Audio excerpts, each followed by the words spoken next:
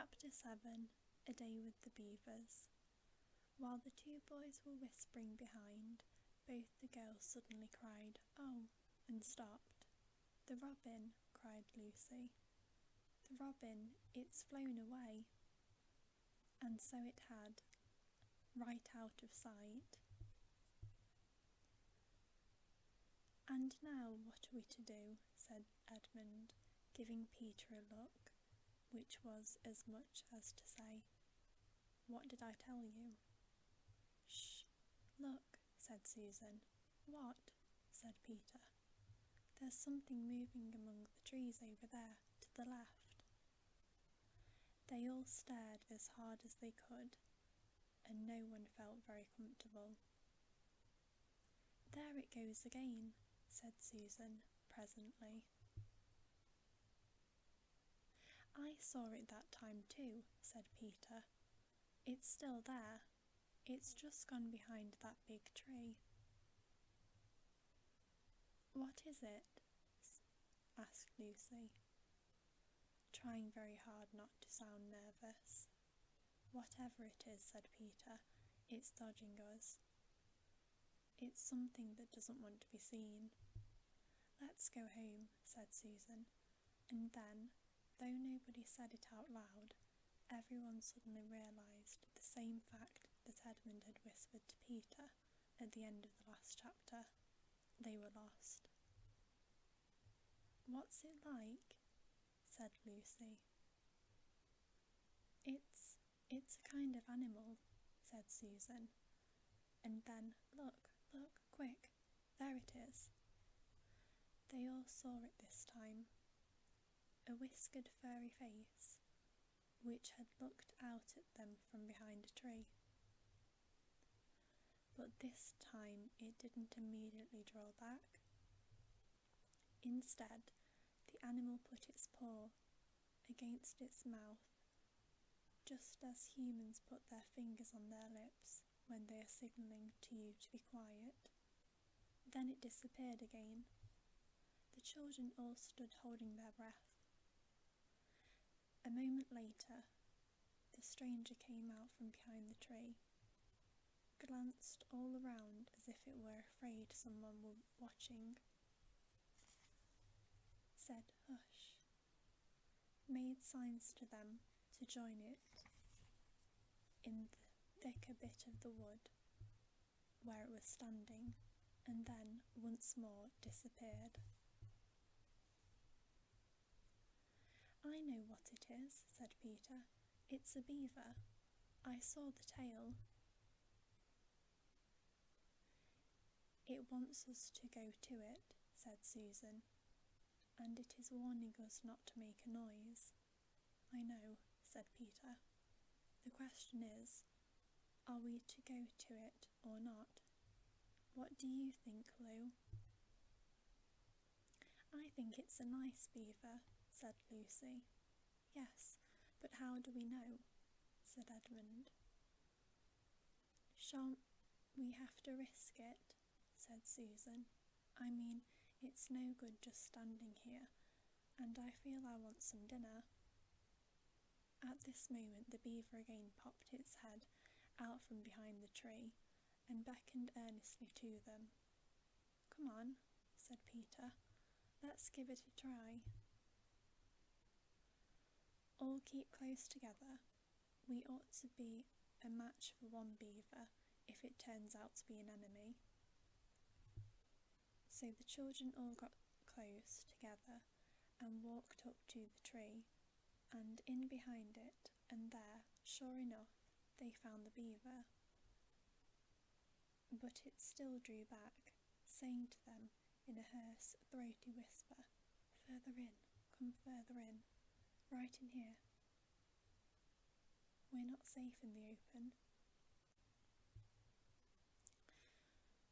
Only when it had led them into a dark spot, where 4 trees grew so close together that their boughs met and the brown earth and pine needles could be seen underfoot, because no snow had been able to fall there, did it begin to talk to them. "Are you the sons of Adam and the daughters of Eve?" it said. "We're some of them," said Peter. "Shh," said the beaver. "Not so loud, please. We're not safe even here." "Why, who are you afraid of?" said Peter. "There's no one here but ourselves." "There are the trees," said the beaver. "They're always listening. Most of them are on our side, but there are trees that would betray us to her.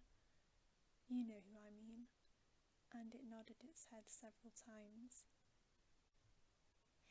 "If it comes to talking about sides," said Edmund, "how do we know you're a friend?" "Not meaning to be rude, Mr. Beaver," added Peter, "but you see, we're strangers." Quite right," said the beaver. "Here is my token." With these words it held up to them a little white object. They all looked at it in surprise, till suddenly Lucy said, "Oh, of course, it's my handkerchief, the one I gave to poor Mr. Tumnus." "That's right," said the beaver. "Poor fellow. He got wind of the arrest before it actually happened, and handed this over to me. He said that if anything happened to him, I must meet you here and take you on to—" Here the beaver's voice sank into silence, and it gave one or two very mysterious nods, then signalling to the children to stand as close around it as they possibly could, so that their faces were actually tickled by its whiskers, it added in a low whisper, "They say Aslan is on the move, perhaps has already landed." And now a very curious thing happened. None of the children knew who Aslan was, any more than you do, but the moment the beaver had spoken those words everyone felt quite different. Perhaps it has sometimes happened to you in a dream that someone says something which you don't understand, but in the dream it feels as if it has some enormous meaning, either a terrifying one which turns the whole dream into a nightmare, or else a lovely meaning, too lovely to put into words, which makes the dream so beautiful that you remember it all your life and are always wishing you could get into that dream again. It was like that now. At the name of Aslan, each one of the children felt something jump in its inside. Edmund felt the sensation of mysterious horror. Peter felt suddenly brave and adventurous. Susan felt as if some delicious smell or some delightful strain of music had just floated by her. And Lucy got the feeling you have when you wake up in the morning and realise that it is the beginning of the holidays or the beginning of summer. "And what about Mr. Tumnus?" said Lucy. "Where is he?" "Shh," said the beaver. "Not here. I must bring you where we can have a real talk and also dinner." No one except Edmund felt any difficulty about trusting the beaver now, and everyone, including Edmund, was very glad to hear the words dinner. They therefore all hurried along behind their new friend, who led them at a surprisingly quick pace, and always in the thickest parts of the forest, for over an hour. Everyone was feeling very tired and very hungry, when suddenly the trees began to get thinner in front of them and the ground to fall steeply downhill. A minute later they came out under the open sky. The sun was still shining, and found themselves looking down on a fine sight. They were standing on the edge of a steep, narrow valley, at the bottom of which ran, at least it would have been running if it hadn't been frozen, a fairly large river. Just below them a dam had built across the river, and when they saw it everyone suddenly remembered that of course beavers aren't always making dams, and felt quite sure that Mr. Beaver had made this one. They also noticed that he now had some sort of modest expression on his face, the sort of look people have when you are visiting a garden they've made or reading a story they've written. So it was only common politeness when Susan said, "What a lovely dam," and Mr. Beaver didn't say, "Hush," this time, but merely a trifle, and it isn't really finished. Above the dam there was what ought to have been a deep pool, but now, of course, a level floor of dark green ice. And below the dam, much lower down, was more ice, but instead of being smooth, this was all frozen into the foamy and wavy shapes in which the water had been running along at the very moment when the frost came. And where the water had been trickling over and spurting through the dam, there was now a glistening wall of icicles, as if the side of the dam had been covered all over with flowers and wreaths and festoons of the purest sugar. And out in the middle, and partly on top of the dam, there was a funny little house, shaped rather like an enormous beehive, and from the hole in the roof smoke was going up, so that when you saw it, especially if you were hungry, you would at once thought of cooking and became hungrier than you were before. That was what the others chiefly noticed, but Edmund noticed something else. A little lower down the river there was another small river which came down another small valley to join it.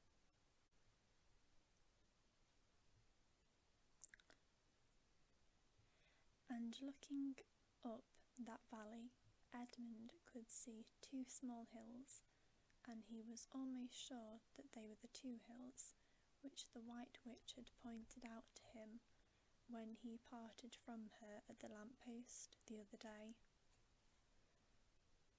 And then, between them, he thought must be her palace, only a mile off or less, and he thought about Turkish delight and about being a king, and I wonder how Peter will like that, he asked himself. The horrible ideas came into his head. "Here we are," said Mr. Beaver, "and it looks as if Mrs. Beaver is expecting us. I'll lead the way, but be careful and don't slip." The top of the dam was wide enough to walk on, though not for humans a very nice place to walk because it was covered with ice. And though the frozen pool was level with it on one side, there was a nasty drop to the lowest river on the other.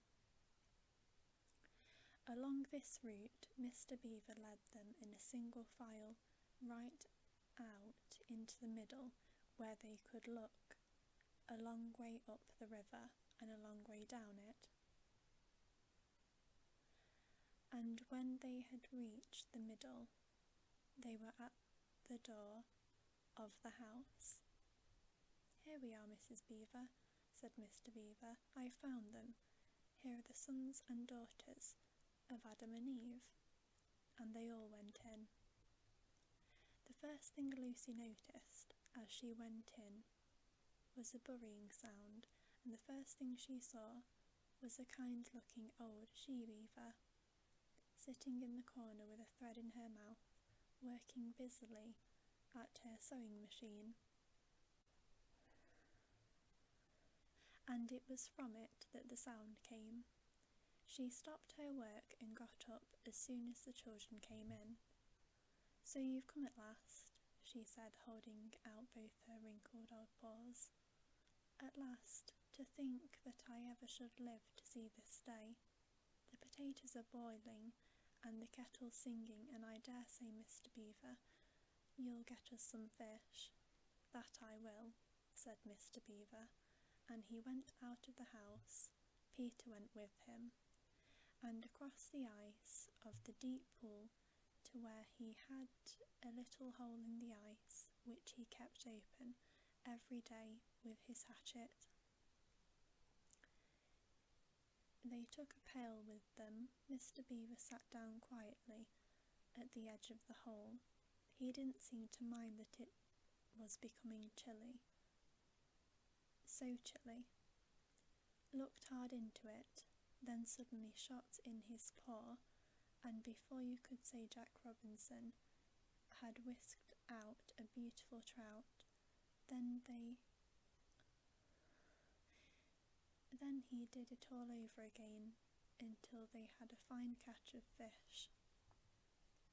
Meanwhile, the girls were helping Mrs. Beaver to fill the kettle and lay the table, and cut the bread and put the plates in the oven to heat, and draw a huge jug of beer for Mr. Beaver from a barrel which stood in one corner of the house, and put on a frying pan and get the dripping hot. Lucy thought the Beavers had a very snug little home, though it was not at all like Mr. Tumnus's cave. There were no books or pictures, and instead of beds there were bunks, like on a board ship, built into the wall, and there were hams and strings of onions hanging from the roof, and against the walls were gum boots, and oilskins and hatchets, and pairs of shears and spades, and trowels, and things for carrying mortar in, and fishing rods and fishing nets and sacks, and the cloth on the table, though very clean, was very rough. Just as the frying pan was nicely hissing, Peter and Mr. Beaver came in with the fish, which Mr. Beaver had already opened with his knife and cleaned out in the open air.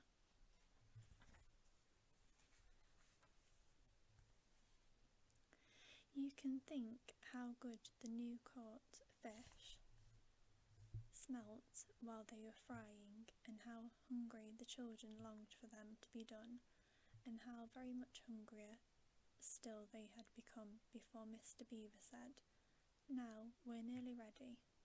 Susan drained the potatoes and then put them all back in the empty pot to dry on the side of the range, while Lucy was helping Mrs. Beaver to dish up the trout, so that in a very few minutes everyone was drawing up their stools. It was all three-legged stools in the Beavers' house, except for Mrs. Beaver's own special rocking chair beside the fire, and preparing to enjoy themselves. There was a jug of creamy milk for the children. Mr. Beaver stuck to beer, and a great big lump of deep yellow butter in the middle of the table, from which everyone took as much as he wanted to go with his potatoes, and all the children thought, and I agree with them, that there's nothing to beat good fresh water fish if you eat it when it has been alive half an hour ago, and has come out of the pan half a minute ago. And when they finished the fish, Mrs. Beaver brought unexpectedly out of the oven a great and gloriously sticky marmalade roll, steaming hot, and at the same time moved the kettle into the fire, so that when they had finished the marmalade roll, the tea was made and ready to be poured out. And when each person had got his or her cup of tea, each person shoved back his or her stool so as to be able to lean against the wall, and gave a long sigh of contentment. "And now," said Mr. Beaver, pushing away his empty beer mug and pulling his cup of tea towards him, "if you'll just wait till I've got my pipe lit up and going nicely, why, we can get to business. It's snowing nicely," he added, cocking his eye at the window. "That's all the better, because it means we shan't have any visitors, and if anyone should have been trying to follow you, why, he won't find any tracks.